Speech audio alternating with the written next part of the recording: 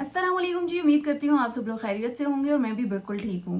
Sports के vlog में आज बड़ी इंटरेस्टिंग बात करेंगे। आपको पता है कि गुज़िश्ता जो मैच हमने खेला था जनूबी अफ्रीका के खिलाफ, उसमें कितनी अच्छी कारकर्दगी रही और हम बिल आखिर मैच जो है वो जीत गए और कल बहुत ज़्यादा जश्न मनाया गया। सबसे पहले व्लॉग में आगे बढ़ने से पहले मेरी आपसे गुजारिश है कि प्लीज़ मेरा चैनल ज़रूर सब्सक्राइब करें ताकि हमारा डेली जो राब्ता है वो मुनक़ता ना हो सके। अब आगे बढ़ते हैं। और आपको पता है कि कल बाबर आजम के एक मरतबा फिर स्टेडियम में फैंस काफ़ी ज़्यादा आए हुए थे और सबको यही था कि बाबर आजम बस बैटिंग करता रहे। और आपने स्टेडियम में देखे भी होंगे वो मनाजिर जब लोग कहते हैं कि जी बाबर आजम को ओवर दो, हालांकि वो ये भूल जाते हैं कि जी बाबर आजम बैट्समैन है।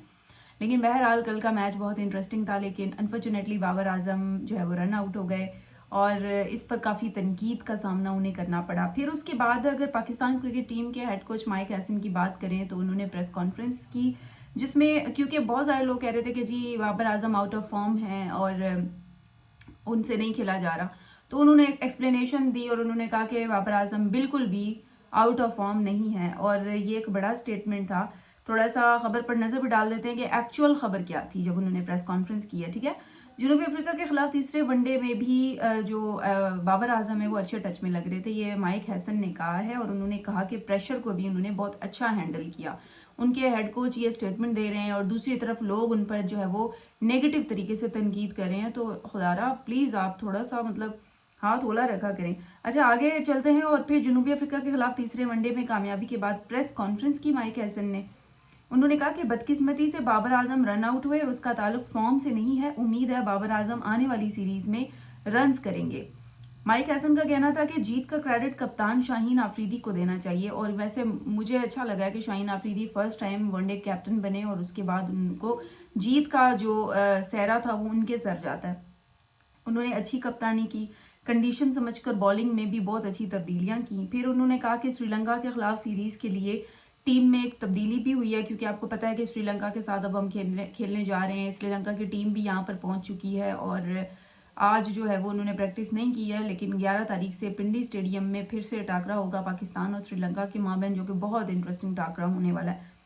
अच्छा, अब ये कहा गया है माइक हैसन की जानिब से कि जो श्रीलंका के खिलाफ हम मैच खेलेंगे उसमें हसन नवाज जो है वो नहीं होंगे। Hasan Nawaz first class cricket जो है वो खेलेंगे, वो अच्छे खिलाड़ी हैं। और श्रीलंका के खिलाफ अब्दुल समद को स्क्वाड में शामिल किया जाएगा। अब्दुल समद हांगकांग सिक्सेस में शिरकत के बाद जो स्क्वाड है उसको ज्वाइन करेंगे। यकीनी तौर पर ये एक अच्छी खबर है और मैं समझती हूँ कि अब जिस तरह से पाकिस्तान जो है वो फॉर्म में आ रहा है, तो अब मुझे लग रहा है कि अनकरीब पाकिस्तान जो है वो जल्द अज जल्द अपनी जो खोई हुई साख है, अपना जो खोया हुआ मकाम है उसे हासिल कर लेगा। क्योंकि एक अरसे से हम कोई सीरीज जीत नहीं रहे थे और अब आखिर शुक्र अल्हम्दुलिल्लाह हम लोग जो है वो अब जीतने की तरफ जा रहे हैं, मुख्तलिफ सीरीज जीत भी रहे हैं। और कल के होने वाले मैच में आपको पता है कि अबरार अहमद और जनूबी अफ्रीका के बैटर डी कॉक ने इंटरनेशनल क्रिकेट में एक अहम संगे मेल भी अबूर किया। उसको भी देख लेते हैं कि वो आखिर है क्या। पाकिस्तानी स्पिनर अबरार अहमद और जनूबी अफ्रीका बैटर डी कॉक ने इंटरनेशनल क्रिकेट में अहम संगे मेल अबूर कर लिए हैं और ये मैच फैसलाबाद में खेला गया। 3 मैचेस पर मुश्तमिल सीरीज के लिए आखिरी और फैसला कुन मैच में जनूबी अफ्रीका ने पहले बैटिंग का फैसला किया। जनूबी अफ्रीका की जानिब से पहले बैटिंग का फैसला सूदमंद साबित ना हुआ और पूरी जनूबी अफ्रीका की टीम 143 रन बनाकर आउट हो गई। और डिकॉक ने 70 गेंदों पर 53 रन बनाए, जिनमें 7 चौके और 1 छक्का शामिल था। मतलब अच्छी कारकर्दगी है। दूसरे टीम की भी खिलाड़ियों को जो है वो सराहना चाहिए। और इस इनिंग्स के दौरान वनडे क्रिकेट में 7000 रन उन्होंने जो है वो मुकम्मल कर लिए हैं, जो उन्होंने सिर्फ 158 इनिंग्स में हासिल किए। इस तरह वो साबिक जनूबी अफ्रीका बैटर हाशिम मामला के बाद वनडे क्रिकेट में तेज तरीन 7000 रन बनाने वाले दूसरे खिलाड़ी बन गए हैं। और आपको पता है कि हाशिम मामला का नाम तो आप सभी लोग जानते हैं और उनका भी रिकॉर्ड आपको पता है कि वो कितने जबरदस्त बैट्समैन है। और उसके बाद अब ये तेज तरीन 7000 रन बनाने वाले बैटर बन गए हैं और यकीनी तौर पर ये इनको क्रेडिट जाता है।